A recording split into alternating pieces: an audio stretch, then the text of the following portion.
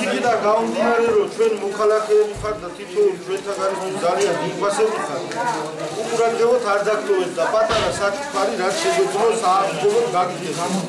ყველას აი რამდენი ბენეფიციარიც არის 250 ლარი საღამო გამოგონილი.